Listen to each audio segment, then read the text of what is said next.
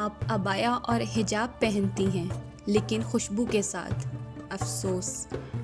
آپ سنت کی پیروی کر رہے ہیں اور داڑھی رکھتے ہیں لیکن اپنی نگاہوں کو نیچی نہیں رکھتے، افسوس۔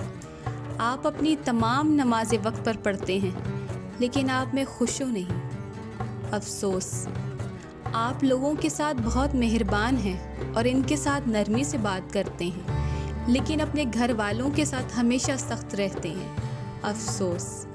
آپ اپنے مہمانوں کی عزت اور ان کے ساتھ اچھا برتاؤ کرتے ہیں لیکن جب وہ چلے جاتے ہیں تو آپ ان کی غیبت کرتے ہیں اور ان کی خامیوں کے بارے میں بات کرتے ہیں، افسوس۔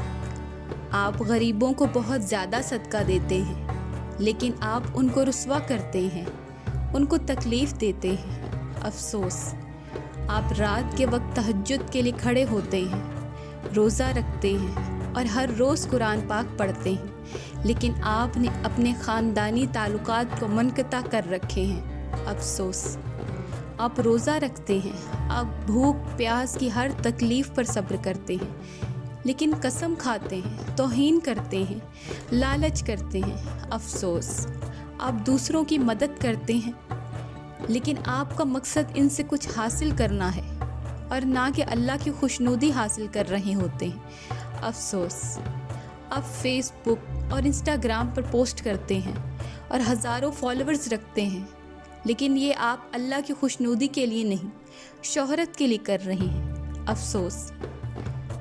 ذرا سوچئے اور اپنے آپ کی اصلاح کیجیے۔